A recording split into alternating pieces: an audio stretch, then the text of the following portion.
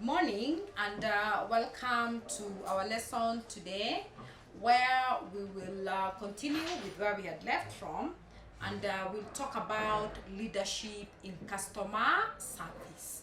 When we talk about leadership, why is leadership important? When we talk about leadership, what are we trying to understand? One, we are trying to identify or to define what is leadership. Yeah, and leadership is very important when it comes to customer care.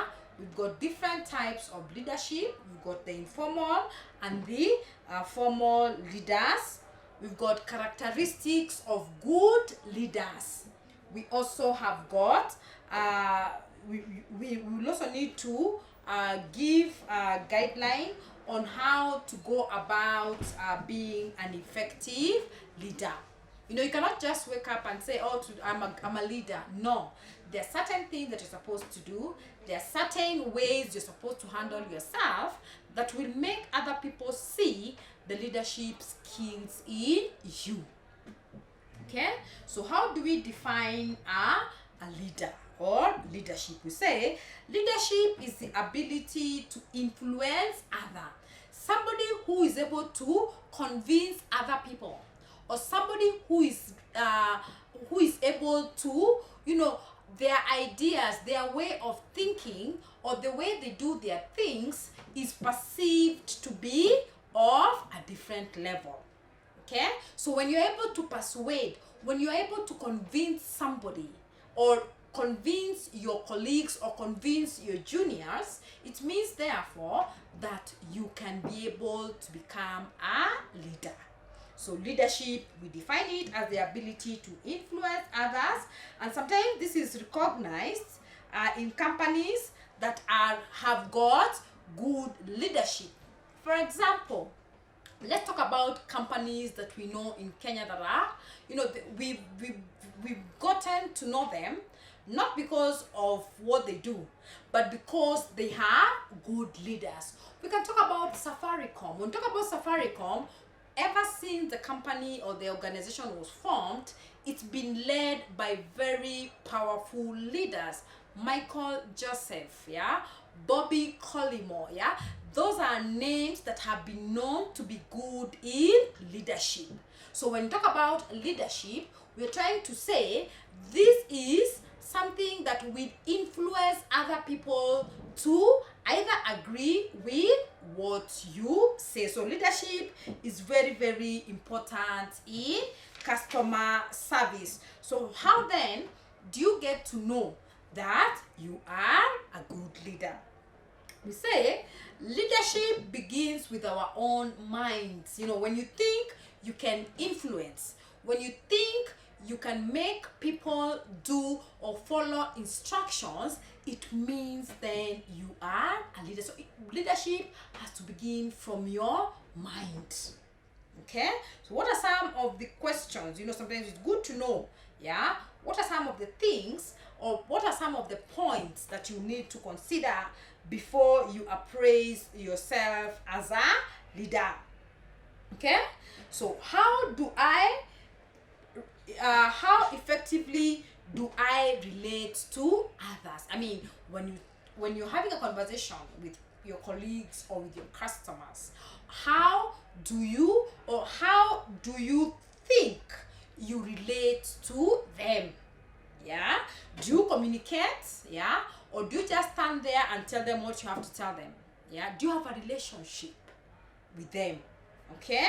Then you also need to ask yourself, what is my knowledge level? Yeah, what it should be. Yeah, as in, sometimes it's good to go, it's good to have a knowledge level. Yeah, but then even as you have the same, is your knowledge in terms of your product or services, or what you're supposed to do, do you have the knowledge to be able to perform those duties?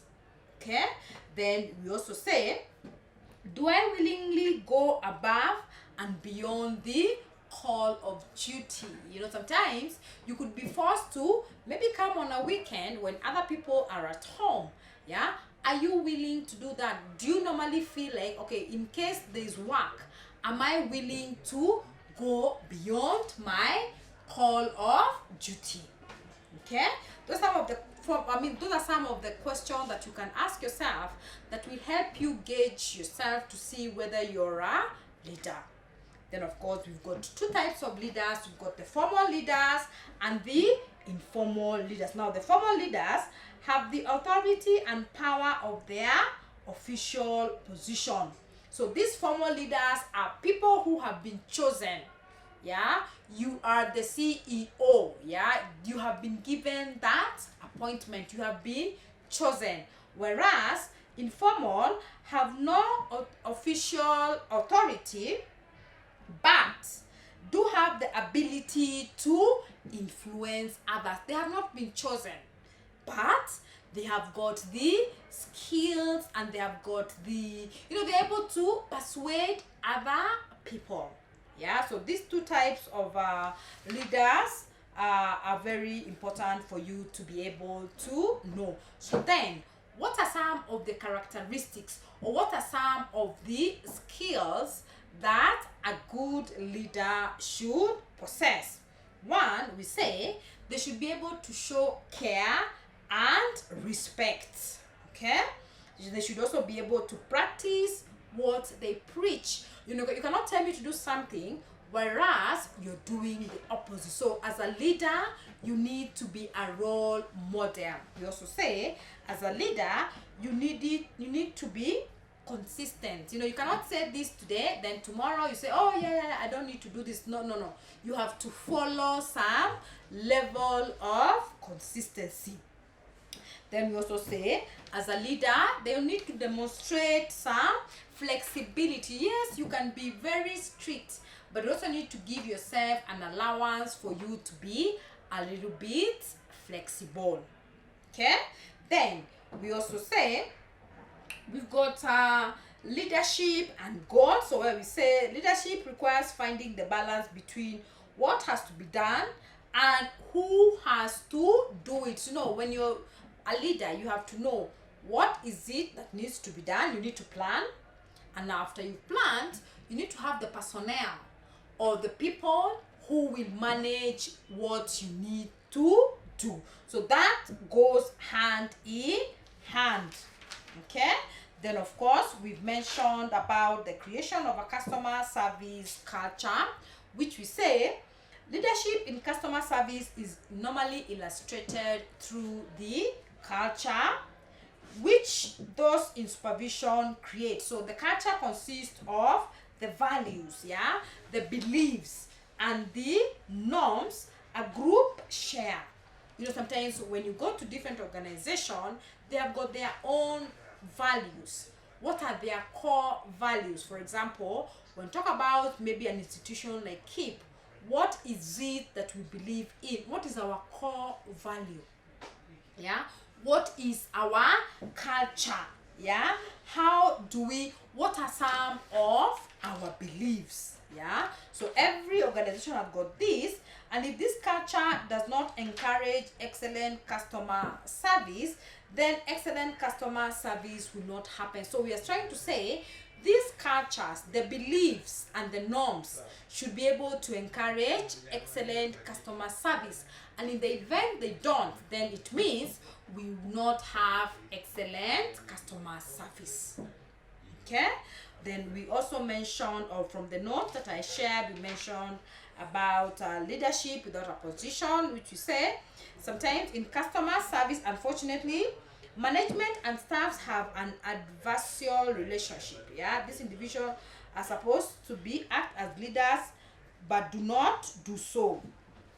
So they're always telling us sometimes in an organization, especially in customer service, we have leaders, but sometimes these leaders are not able to do what is required of them, and therefore when they lack these skills to be able to either influence other people, it means therefore the organization will have challenges, and that's why you have issues, especially when it comes to handling of customers. Sometimes you've got customers who are, who feel that they don't need to come to organization because they were not treated very well by our customer care, or our services are pathetic, etc.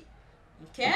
Yeah, so we also mentioned that, you know, there's a concept that says that your boss is your customer tool. So what do you need to do? You need to become a team player. You need to find out what your boss considers to be important, you know, be a collaborator, not a complainer, have reasonable expectation, etc. So up to that point, I hope I am very, very clear. So I want to go to the next topic, is which we call the customer retention. Now let me ask, I won't ask, but let me share this. When you go to companies, yeah, you've got the rate at which your customers are satisfied. Yeah, and sometimes when these customers are not satisfied, what will they do is that they will leave the organization, or they will get their product and services from other competitors. That is what we call the customer retention. It is a continuous attempt to satisfy and keep current customers actively involved in conducting business. You know, when you're doing business, you would not want to lose your customers. Yeah, you want to continue retaining the ones you have, whereas you're getting more people, or you're getting more customers. Therefore, customer retention is very, very important, especially for customer service consultants. Yeah, because you know, when you keep serving customers and they keep going, it means also there is a problem. So you need to address this issue, and we say the importance of keeping current customers has been known for a very long time. Yeah, and you know, sometimes, you know, remember when we say, when you don't treat our customers right, they will leave, and when they leave, we close business, we lose jobs. Yeah, and you know, our competitors will have a fair deal out of it. So it is important for us to be able to appreciate, and for us to be able to come up with programs that will be able to help us to maintain our customers. Okay, so you also need to understand the value. Yeah, what is the importance of the existing customers? You know, customers, of course, they've got their own challenges, but however, you will need to evaluate them. Yeah, don't say, this customer is an ordinary customer, he'll still come back. No. And especially in this era of competition, yeah, you need to be very careful, because when a customer goes, they go, and you know, when they go, they tell so many other people about the wrong things that you could have done for them. So it is important for us to be able to appreciate the existence of our current customers. Okay, so our existing internal customers are especially very important. Okay, so we must therefore work to maintain our internal relationship effectively. Okay, then we also talk about the how, or what is it that we need to do to improve our customer retention program. Now, customer retention programs are the facilities or programs that we need to come up with as an organization that will enable us to be able to retain our customers instead of losing them. Yeah, so we've come up with several methods. One of it is what we call the measuring customer satisfaction. When you measure customer satisfaction, what are you talking about? You're trying to look at it in terms of, when this customer comes to organization and they buy our services or products, are they satisfied when they're using those products? Okay, so what is the level of priority that is being placed on customer satisfaction? Those are some of the programs or questions that you need to ask yourself, so that now when you come up with this kind of a program, you should be able to address these issues. We've got different measurements of customer satisfaction. Yeah, how do you measure your customers? One is by being able to know who are actually your customers. You cannot measure customers when you don't know who your customers are. You also need to begin doing business with your organization. Yeah, where are you located? Yeah, where do you conduct your business? We also mentioned about sources of information, which we say there are several sources of obtaining information about customers. You want to know about customers. Where do you get the information? You say you get the information either through informal surveys. Yeah, you can also get information from comment cards. Comment cards are those feedback cards that you give customers when they come to our business. We also have got verbal comments. We can also get customers details from sales, discussion, etc. So then we mentioned about the benefits of measuring customers effectiveness. We say customers effectiveness can be realized by measuring companies departmental effectiveness. How do we do this? You can look at it in terms of their weakness.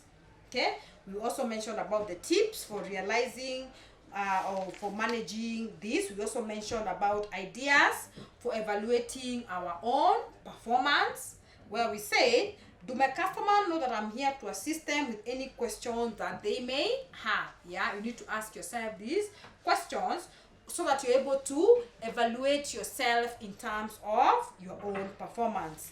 Yeah, so what measurements of satisfaction means to your business. So I've been able to mention about leadership. We've been able to look at the different types of leaders. You've also been able to look at the question that you need to ask yourself for you to confirm that you can be, or you are a good leader.